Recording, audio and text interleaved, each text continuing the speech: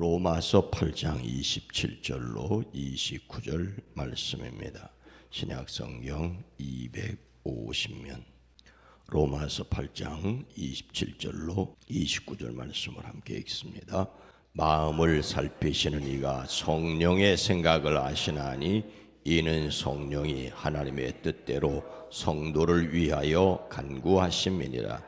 우리가 알거니와 하나님을 사랑하는 자 곧 그의 뜻대로 부르심을 입은 자들에게는 모든 것이 합력하여 선을 이루느니라.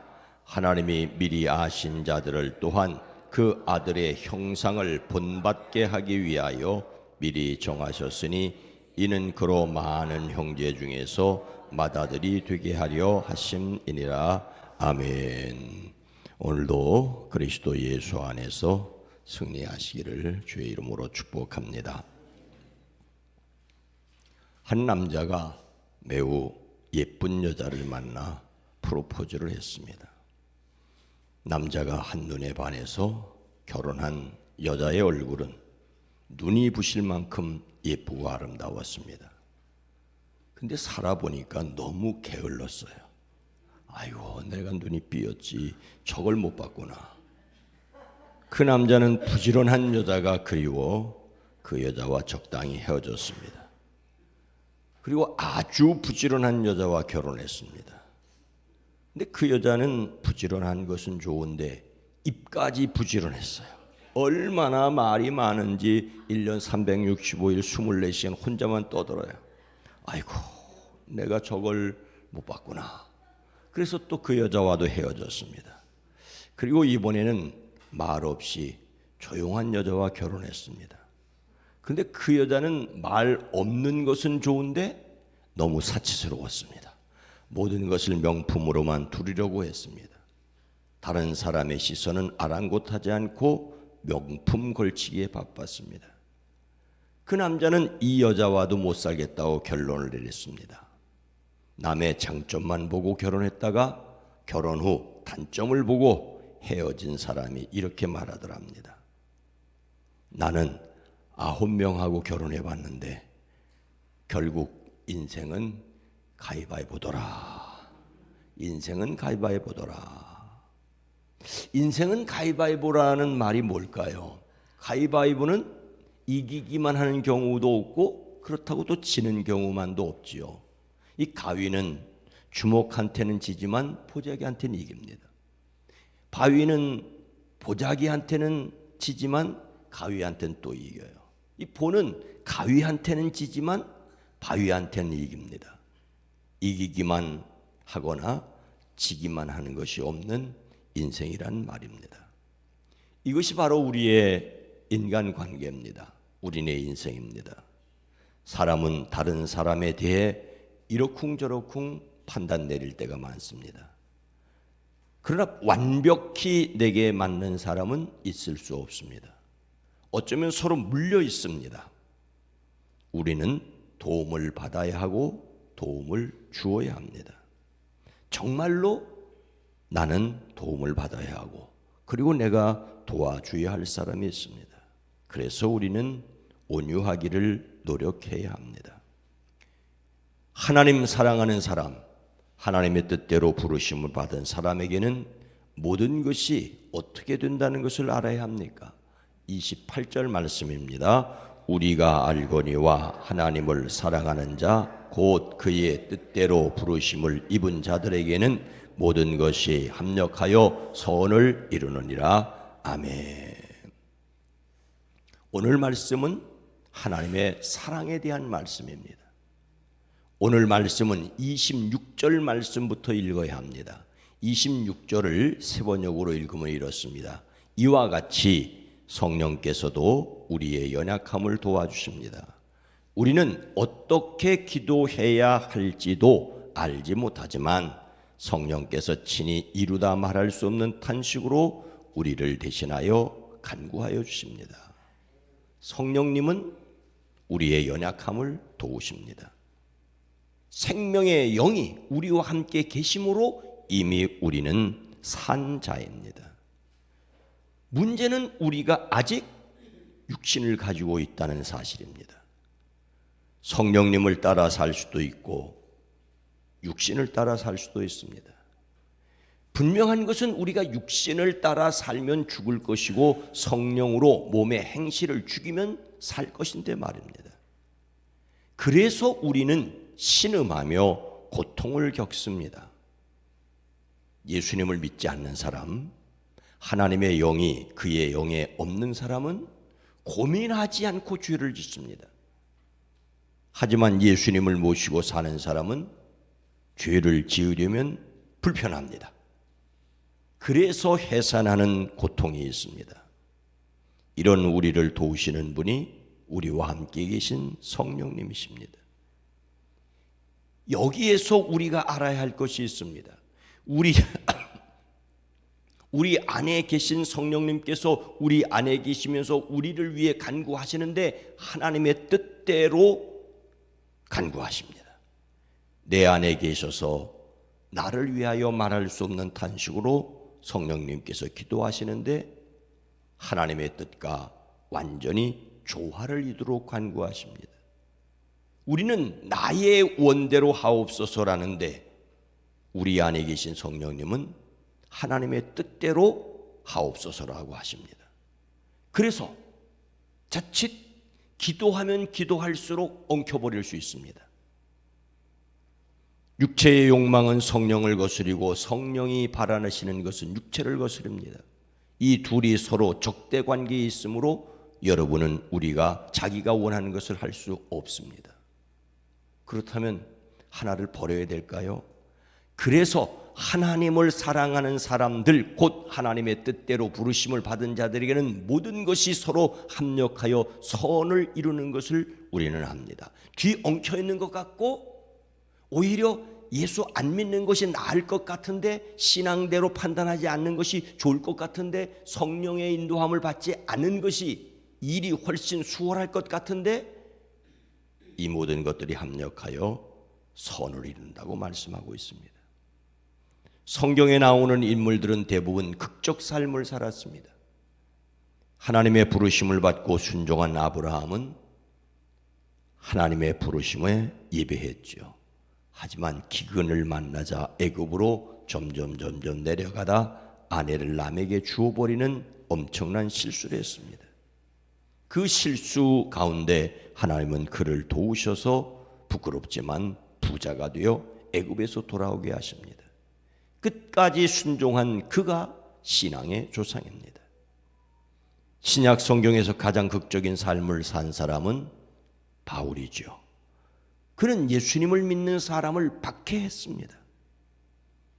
다메섹으로 가다가 부활하신 예수님을 만났습니다. 그의 삶은 근심하는 자 같으나 항상 기뻐하고, 가난한 자 같으나 많은 사람을 부유하게 하고, 아무것도 없는 자 같으나 모든 것을 가진 자였습니다. 우리의 실수를 통해서도 하나님은 선을 이루어 가십니다. 우리가 힘들어하고 고통스러워하는 것을 통해서도 합력하여 선을 이루십니다. 하나님의 사랑을 믿기에 하나님을 사랑하는 여러분의 모든 일이 합력하여 선을 이루심을 확신하시기를 주의 이름으로 축복합니다. 하나님 사랑하는 사람에게 모든 일이 서로 협력해서 선을 이룬다는 것은 무엇일까요? 하나님이 미리 아신 자들을 또한 그 아들의 형상을 본받게 하기 위하여 미리 정하셨으니 이는 그로 많은 형제 중에서 맏아들이 되게 하려 하심이니라. 성령님께서 우리 안에 계셔서 이루시는 결과가 무엇입니까? 성령님은 성도들이 예수님의 형상을 본받게 하십니다. 예수님을 외아들, 독생자라고 말할 때에는 우리 구원을 위한 유일한 중보자는 예수님밖에 없다는 말이에요. 십자가에서 돌아가시고 부활하신 예수님만이 우리의 유일한 구원자 되심을 믿습니다. 이 믿음에서 흔들리지 마시기 바랍니다. 그런데 여러분, 예수님을 맏아들이라고 하면 전혀 의미가 달라집니다. 여러분들 중에 아들을 하나를 둔 분이 그 아들을 장남이라고 부르기도 하는데 잘못된 표현이에요. 딸 하나만 둔 집의 사람이 그 딸을 장녀라고 부르는 것도 잘못된 표현입니다. 장남, 장녀라는 것은 차남, 차녀가 있을 때만 부를 수 있는 상대적인 말입니다. 맏아들이라는 말은 최소한도 둘째가 있다는 말이에요. 둘째, 셋째, 넷째 쭉 있을 때 맏아들이라고 부르는 것입니다. 예수님을 부활의 첫 열매라고 하는 것은 두 번째, 세 번째, 네 번째 등등 수많은 부활의 열매가 맺힐 것을 말하고 있습니다. 첫 열매 뒤에는 수많은 열매가 맺어집니다. 예수님을 하나님의 맏아들 되심이라고 말하는 것은 수많은 하나님의 자녀들이 생겨난다는 말이에요. 물론 예수님처럼 전능한 자가 된다는 말은 아닙니다. 예수님을 믿어 하나님의 자녀 된 사람이 많다는 것입니다. 하나님을 사랑하는 사람들, 곧 하나님의 뜻대로 부르심을 받은 사람들에게 모든 일이 서로 협력하여 선을 이룬다는 것은 그렇게 예수 믿는 사람들이 되는 일도 있고 안 되는 일도 있고 고민도 있고 갈등을 있고 이런 일들을 통해서 결국은 예수님을 닮아가게 하나님의 자녀되게 하신다는 말입니다. 우리는 유일한 구원자이신 예수님을 믿을 뿐만 아니라 맏아들 되시는 형님 되신 예수님을 따라 예수님을 닮아가는 하나님의 자녀여야 합니다. 예수님은 우리 구원을 위한 독생자이자 우리가 닮아가야 할 맏아들이십니다. 예수님을 믿고 예수님을 닮는 저와 여러분이 되기를 주의 이름으로 축복합니다. 감리교회의 신학적인 주장은 복음주의와 경건주의입니다. 복음주의와 경건주의.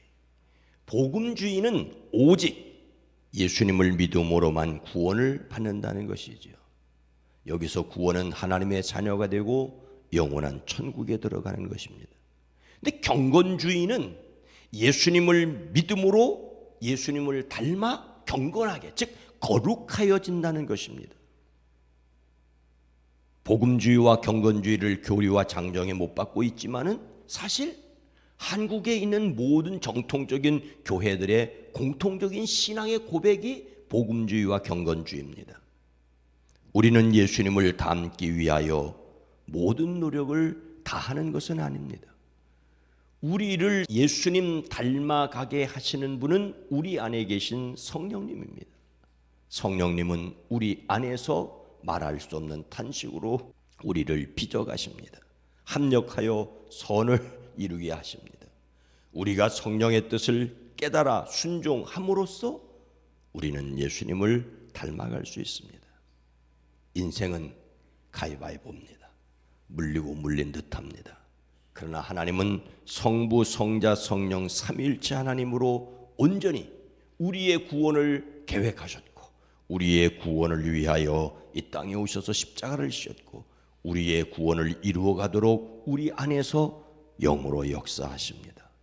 하나님의 다스림을 받아 예수님 닮아가는 저와 여러분 모두가 되어지기를 주의 이름으로 축원합니다. 거룩하신 하나님, 자비로우신 주님, 어제 주일을 지나고 이제 한 주간 시작되는 월요일 아침입니다. 주여, 여전히 무더위가 기승을 부리고 잠을 이루지 못하게 하는 열대야가 계속되고 있지만 주님, 우리 안에 계셔서 우리를 통하여 일하심을 경험케 하옵소서. 그 무더위 가운데도 여름 집중훈련을 다 마칠 수 있게 하신 것을 감사합니다. 이를 위해 수고하고 애쓴 이들과 참여한 어린이, 학생, 청년들을 복되게 하옵소서. 이제 세 번째 주일을 지나고 월요일 아침 이 한 주간도 덥고 힘들고 짜증스럽겠지만 주님이 내 안에 계심을 믿음으로 담대하게 하옵소서. 평안하게 하옵소서. 사랑하는 성도들의 가정에 거침돌이 없게 하옵소서. 주의 손으로 도우사 평강에 평강을 더하여 주시는 것을 경험케 하옵소서. 주여 기도합니다. 대한민국 이 땅에 정치, 경제, 사회, 문화, 안보, 외교, 국방을 지켜 주시옵소서. 이 세계를 주의 평화로 이끌어 주시옵소서. 예수님의 이름으로 간절히 기도드리옵나이다. 아멘. 오늘 말씀을 생각하며 하나님께서 좌우하심을 기억하게 하옵소서. 우리 교회가 서로 격려하여 예수님을 닮게 하옵소서. 세상이 하나님의 구원을 깨달아 알기를 위해 기도합니다.